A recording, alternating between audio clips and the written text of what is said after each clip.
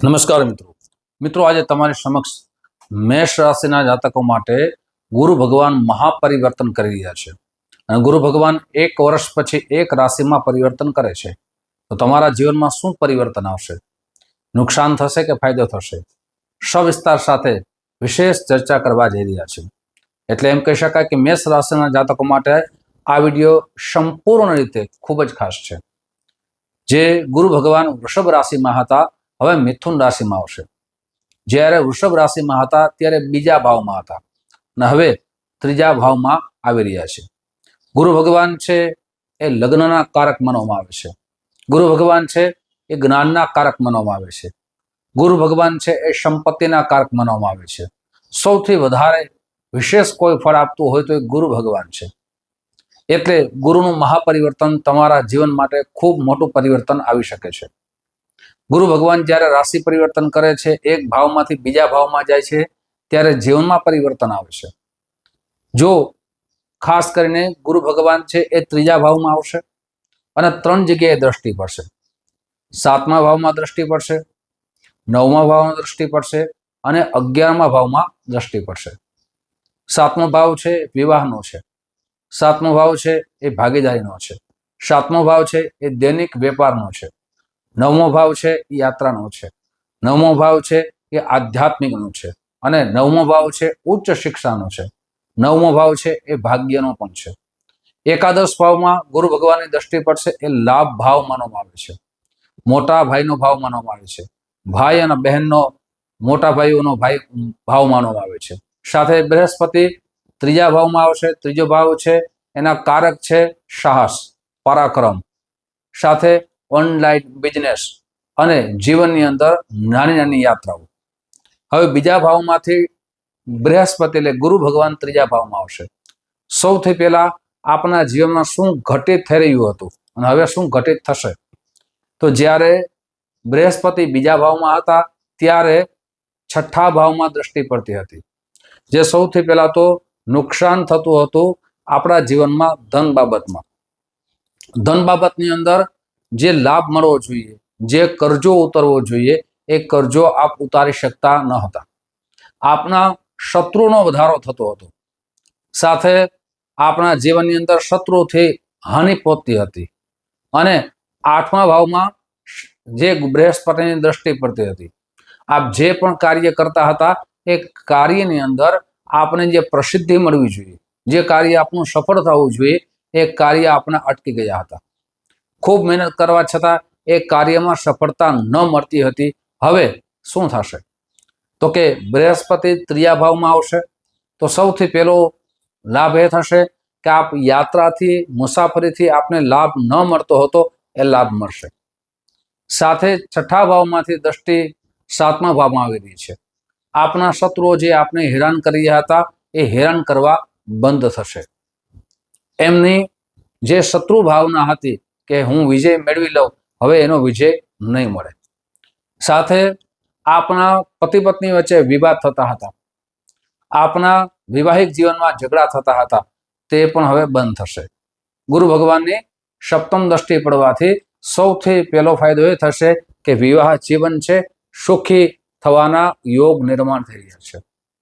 સાથે 7મ ભાવમાં દ્રષ્ટિથી બૃહસ્પતિને મોટામો ફાયદો એ હતો કે આપ વિવાહની રાહ જોઈ રહ્યા હતા, મારા લગ્ન ક્યારે થશે, ખૂબ પ્રયત્નશીલ હતા છતાં એ પ્રયત્ન સફળ નહોતા થતા, હવે સફળ થશે। એટલે લગ્નના યોગ પણ નિર્માણ થઈ રહ્યા છે। સાથે ભગવાન શનિ ભગવાનની આપની પનોતીનો સમય પણ ચાલુ થઈ ગયો છે। શનિ ભગવાન આપના 12મા ભાવમાં છે। મિત્રો, તમારી જન્મ કુંડળીમાં જો શનિ ભગવાન સ્વરાશિમાં હશે, ઉચ્ચ રાશિમાં હશે તો આપના જીવનમાં સારું પરિવર્તન આવશે। પણ જો શનિ ભગવાન નીચ રાશિમાં હશે, પાપ ગ્રહ સાથે હશે, સાથે કોઈ અશુભ યોગનું નિર્માણ થતું હશે અને શનિ ભગવાનની પનોતી પણ ચાલે છે, એટલે પણ સાવધાન રહેવું ખૂબ જરૂરી છે। મિત્રો, જન્મના ગ્રહો આપણા જીવનમાં ખૂબ મોટી અસર કરે છે, એમ ગોચરના ગ્રહો પણ કરે છે। આપણે જે ચર્ચા કરીએ છીએ એ ખાસ કરીને મેષ રાશિના જાતકોના ગોચરના ગ્રહોની ચર્ચા કરીએ છીએ। આપને જન્મ ગ્રહો બળવાન હશે તો આપના જીવનમાં જે અશુભ પરિણામ મળતું હતું એ અશુભ પરિણામ નહીં મળે, શુભ પરિણામ મળશે. એટલે જન્મના ગ્રહો જોવા ખૂબ જરૂરી છે. કેમ કે જન્મના ગ્રહોમાં આપણી કર્મ કુંડલી લખાઈ ગઈ છે. આપણે જે કર્મ કરીએ છીએ એ કર્મ પ્રમાણે એ કુંડલીનું લખાણ થાય છે. એટલે જન્મના ગ્રહો ખૂબ જોવા જરૂરી છે. મિત્રો, આગળ વિશેષ ચર્ચા આપણે કરીએ તે પહેલા એક નમ્ર પ્રાર્થના છે. મારા નવા મિત્રો આ વિડીયો જોઈ રહ્યા છો, મિત્રો આ વિડીયો તમને ગમે તો જરૂર ને જરૂર લાઈક કરજો, તમારા મિત્રોમાં ખૂબ શેર કરજો. અને ખાસ કરીને મિત્રો, આપને આપની જન્મકુંડલી વિશે જાણવું હોય, આપના જન્મગ્રહો કઈ સ્થિતિમાં છે, તો અહીં નંબર દેવામાં આવ્યા છે.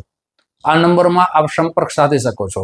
સંપર્ક સાધવાનો સમય એટલે કે કોલ કરવાનો સમય સવારે 10 વાગ્યાથી લઈ અને બપોરના 1 વાગ્યા સુધી છે, સાંજે 5 વાગ્યાથી લઈ અને રાત્રે 9 વાગ્યા સુધી છે. મિત્રો, મારી ઓફિસ જામનગરમાં છે. આપની પાસે જન્મ તારીખ ન હોય, જન્મ સમય ન હોય તો રૂબરૂ ફોન કરીને મુલાકાત કરી શકો છો. આપની પ્રશ્ન કોઈના માધ્યમથી આપને શાસ્ત્રોક્ત અને સરળ ઉપાય બતાવવાથી જે આપના પ્રશ્નો છે એ ભગવાનની કૃપાથી દૂર થઈ શકે છે. ખાસ કરીને મિત્રો, અમે જામનગરમાં ઓફિસ છે એટલે જામનગરથી આજુબાજુના વિસ્તારમાં રૂબરૂ આવવાનું રહેશે. સાથે ઓનલાઈન જન્મકુંડલી જે પણ બતાવે છે એ દૂર રહેતા હોય એના માટેની વ્યવસ્થા રાખી છે. સાથે મિત્રો, ઘણા બધા વ્યક્તિઓ કોલ કરે છે, અમને કહે છે કે અમે તમારી પાસે જોડાવા આવીએ, શું ગેરંટી છે ખરી? મિત્રો, શાસ્ત્ર ઉપર શ્રદ્ધા રાખવાથી જ, એ શાસ્ત્ર પ્રમાણે ચાલવાથી આપણા જીવનમાં સુખની પ્રાપ્તિ થાય. કોઈ જ્યોતિષી ભગવાન નથી, અમે પણ ભગવાન નથી. અમારું કામ છે સારી રીતે શાસ્ત્ર પ્રમાણે જ્યોતિષનું માર્ગદર્શન દેવું. એટલે ગેરંટીની કોઈ વાત આવતી નથી. ડોક્ટર પાસે જઈએ અને કોઈ વ્યક્તિનું એક્સિડન્ટ થયું હોય અને ડોક્ટર પાસે લઈ જાઓ તો એક ગેરંટી સાથે એને જીવાડી દઈએ ખરા? એના પ્રયત્નો કરે, પ્રયાસ કરે, એ સફળ થાય એવા પ્રયત્નો કરે. એમ જ્યોતિષી, કોઈ પણ જ્યોતિષી જે શાસ્ત્રને જાણે છે, શાસ્ત્ર પ્રમાણે ચાલે છે, એ કોઈ ભગવાન નથી. એ તમને સાચા રસ્તા બતાવે છે. અને ખાસ કરીને આવા લોભાણી ચાલમાં અથવા આવી એડમાં આપ ન આવી જશો, જેનાથી આપના પૈસા જશે અને જ્યોતિષ પ્રત્યેનો જે વિશ્વાસ છે એ તમારો ઉડી જશે. સારા જ્યોતિષીને મળો, જે સાચા અને શાસ્ત્રોક્ત રસ્તા બતાવે એ પ્રમાણે ચાલો. ભગવાનની કૃપાથી સુખની પ્રાપ્તિ થઈ શકે છે. ખાસ કરીને મિત્રો, બૃહસ્પતિની વાત કરીએ તો 7મા ભાવમાં હોવાથી, દ્રષ્ટિ પડવાથી સૌથી પહેલો ફાયદો એ થવાનો છે કે આપનું દૈનિક વેપાર, કોઈ ભાગીદારીમાં આપ બિઝનેસ કરો છો તો એમાં પણ આપને લાભ મળવાના છે. સાથે મિત્રો, હું બૃહસ્પતિના ખાસ કરીને ઉપાયો પણ બતાવીશ. જે ઉપાય આપ ખાસ કરશો તો મેષ રાશિના જાતકો માટે જીવનમાં ભગવાનની કૃપા થશે. હવે બૃહસ્પતિની 9મ દ્રષ્ટિ પડે છે ભાગ્ય ઉપર. જે ભાગ્ય આપનો સાથ આપતો ન હતો, એ ભાગ્ય આપને સાથ આપશે. સાથે આપને કોઈ પણ એક જગ્યાએ રહો છો ત્યાંથી બીજી જગ્યાએ આપના જીવનમાં પરિવર્તન આવશે. આપ નોકરીની તલાશ કરો છો, સારી નોકરી એ તમને મળવાના યોગ પણ નિર્માણ થઈ રહ્યા છે. સાથે બૃહસ્પતિની 11મી દ્રષ્ટિ છે. 11મી દ્રષ્ટિ છે એને લાભ ભવન કહેવામાં આવે છે. આપના જે પણ પૈસા બ્લોક થઈ ગયેલા અથવા જે પૈસા આપના અટકી ગયા હતા, જે બિઝનેસ આપણો અટકી ગયો છે, એ બિઝનેસ પાછો ચાલુ થવાના પણ યોગ નિર્માણ થઈ રહ્યા છે. સાથે આપના જીવનમાં ધન બાબતમાં જે ચિંતા હતી એ ચિંતા પણ હળવી થશે. ભાઈ તરફથી આપણને સહયોગ મળશે, પરિવાર તરફથી સહયોગ મળશે. સમાજમાં આપણે જે કંઈક કરી છૂટવાની ભાવના છે, સેવા કરવાની ભાવના છે, એ સેવા પણ આપણી સફળ થશે. આપની યશ કીર્તિનો વધારો થશે, માન સન્માનનો વધારો થશે.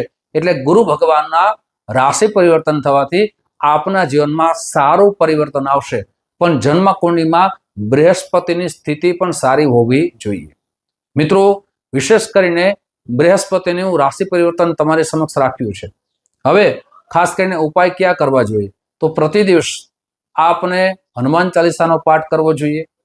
સાથે ગુરુવારના દિવસે યથાશક્તિ પીળા રંગની વસ્તુનું દાન કરવું જોઈએ.